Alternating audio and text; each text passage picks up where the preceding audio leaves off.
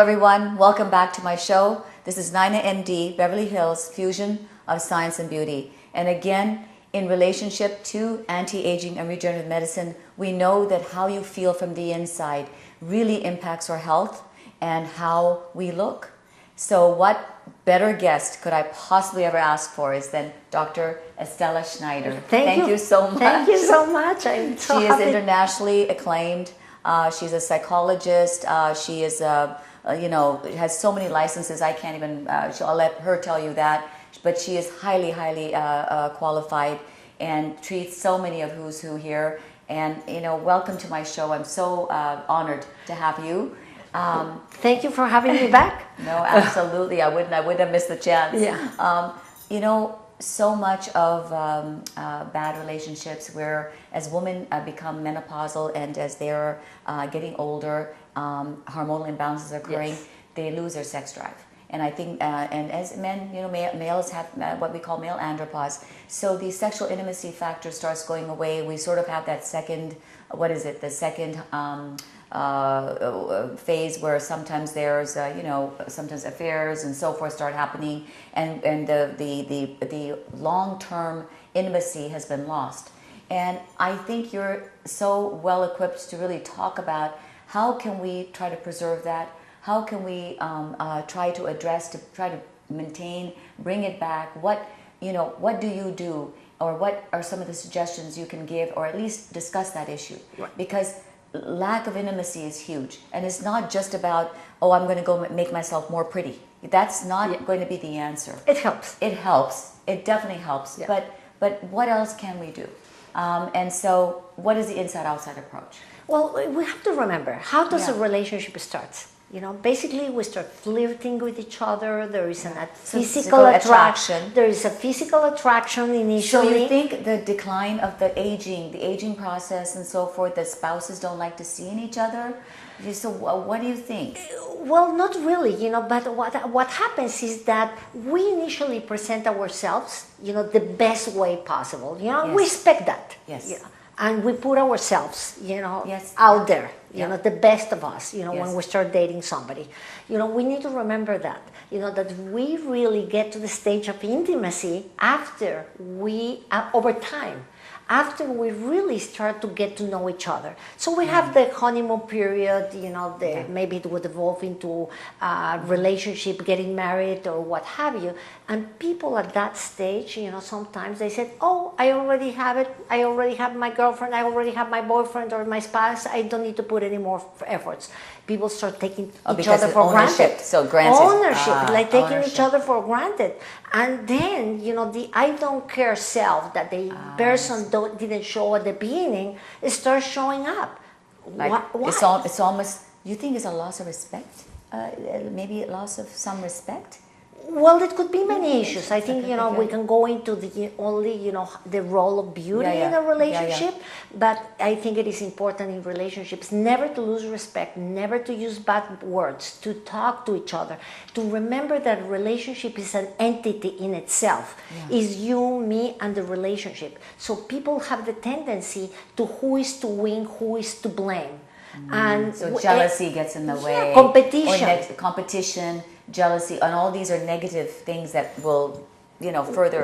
Yeah. Well, what happens is that they don't remember that if they fall into that, it doesn't matter who starts it, the relationship loses. If you fall into competing about who is right, who is wrong, and we need to remember there's different angles of perception. And number 3, for me, if I see it from that angle, it's a 3, but for you may be a letter E, or somebody else is a W, or somebody else is something else. And the same is in relationship. It's not a matter of who's right. It's a matter that intimacy is about me wanting to understand your point of view, even if I may not agree with it. We get to unconditional love, acceptance? Or? Well, it's not unconditional love because we all have expectations, but unconditional respect and unconditional, That's what it is. Agreeing to disagree, unconditionally never Say, to listen, even insult each though other. it may not be something that I would do, but because it's just, I had one of my guests on a project, he says, but she loves high heels. I will put LED lighting on her high heels. I'll build a closet for her high heels. It was all about making them feel special, making them realize that even though I may not agree or think it's important, but for you that's important, so it's important to me. I remember last time that I was here, we talked a little bit about charisma, and charisma is important in relationships as well, because you have to make, well, you don't have to, but it would be important, in a relationship to let the other person feel that they're the most important thing for you. Listening to what your partner has to say, even if you don't agree, that sense of I care for you, even though I may not agree with you. I want to understand where is it that you're coming from. And that leads to intimacy and leads to a magnificent, wonderful, ecstatic sexual relationship. So that's the seeds of a good sexual relationship. As women get older, tell me about how do you continue to build a good and maintaining a good sexual relationship? Well, as women get older, is going to have a history from before. So if they had a good history from before of being sexual and having interest in sexuality, and suddenly, they lose that interest, basically not today, just recently, we had the Viagra for women, right? The pink pill, you're right, which I was talking about it, in a radio show recently. The pink pill only works with women who had prior interest and suddenly they lost it. For women who never had the interest, and it's because of trauma or conflicts in the relationship, or they can't stand the spouse, the pill is not going to make them like their spouse. So then you have to go into other things. But lubrication, there's many other things that you can use. Lubrication, be more verbal about it. Obviously women become dry. Maybe consider a hormone replacement. That's what I do. Hormone replacement therapy. And there's so many things. Go to a person like you and explore what is it that they can do. There are always options. What about the foreplay? Tell me about. Oh my gosh, foreplay is, isn't that how dating started? The whole car gets smoked, right? Foreplay is very, very important. Men tend to react way faster to the excitement period. Immediately they're ready. Immediately they want to use their erection, basically, right? But women take longer. Women take about 15 to 20 minutes to get ready. Well, maybe not that much, maybe 5 to 10 minutes to get ready. So men need to remember that they need to start with the whole turn on of the conversation, the dinner, the touching here, touching there, exploring the whole body. There's so many sensuous parts in the body. The ears, the neck, the arms. So foreplay is like key. Foreplay is so important. Do you see in couples, is that lacking? Sometimes people that are lacking or having issues. Oh, definitely.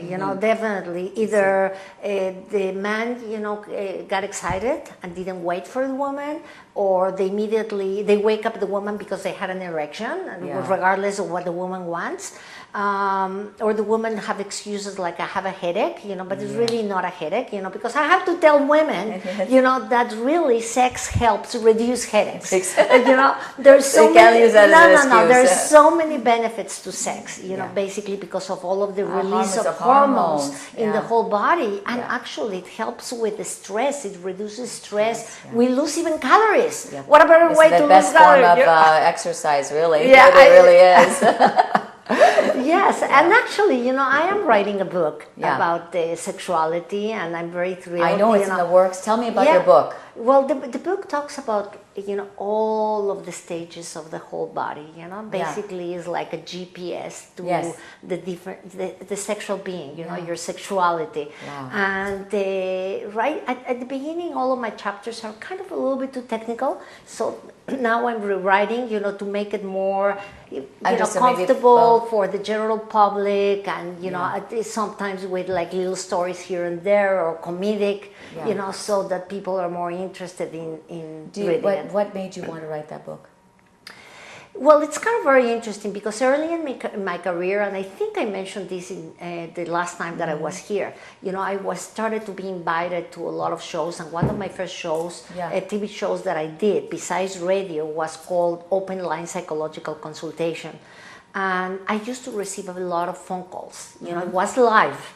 And a lot of the phone calls had to do with body image. A lot of the phone calls had to do with sexuality or with eating disorders. And that led me to want to specialize in all of these issues. And I went, after my PhD and being licensed as a psychologist, I went for a 1-year postdoctoral at USC to get certified as a sexologist. Nice. Because it's very important. There's so many illnesses that can be confused. Absolutely, illnesses and manifestation symptoms, right? Yes. How do people find you? I know that they may want to just just look at your website and ask questions or something. What is your website? Well, my website is www.Estella Sneider, Sneider, SNEIDER.com. My Facebook public is dr.Estella Sneider. My Instagram, Twitter is @drestella. And they can reach me there. They can ask me questions either in my personal website or Facebook or Twitter or Instagram. I'll be happy to answer to all of you. I'm sure, because I, on the work that I do, I see so much. I can only go so far. Like I said, in terms of libido is huge. Libido is the #1 thing for men and women, and especially as we're more stressed, we're working harder. I'm also seeing. I think this brings up just another. If we can quickly touch on this subject. We're seeing libido dropping off in young women. Now, part of that can be due to the oral contraceptives because, the sex hormone binding globulin decreases certain of the functioning hormones, the bioavailability. But what else psychologically could be going on in younger women and men who are just starting to just not have the interest in sex? What do you think is happening? Well, I think that we're losing the interest in intimacy. Sex is a language of love, of intimacy. So just to have sex, how long can it last? And also, we're living in an era in which even though people and youngsters, and we're all connected, we're really connected to the people that we know through Facebook, Twitter, in our iPhone, iPad, everything, basically, they are connected in a different way than it used to be. We used to be connected. Social media connection it's an arm's length. You can see it, you can look at it, you can get to know everything about it, but you don't have to be intimate with it, right? You don't have to develop any kind of intimacy. Well, although some people, go through sexting or phone sex or things like that, but it's quite different. So, you think that way might be part of the reason that it's because the lack of intimacy? I think so. It could be definitely a factor, but there's many other factors like trauma that would be a completely different issue. Bad relationships, etc. Yeah. So listen, sex is important. We know that. We know intimacy is important.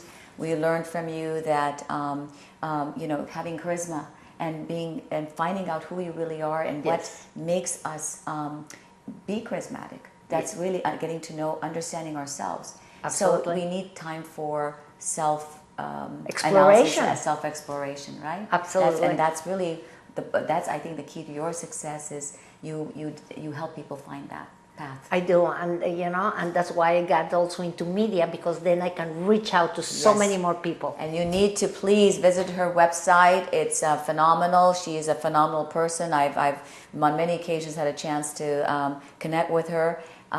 If you want to also just learn about her and just contact me at www.NainaMD.com. That's NainaMD.com. I'll be more than happy to share Dr. Estella Sneider's information. And thank you so much for tuning in on my show this week. We'll be back next week on NainaMD, Beverly Hills, Fusion of Science and Beauty. Always the best in medicine.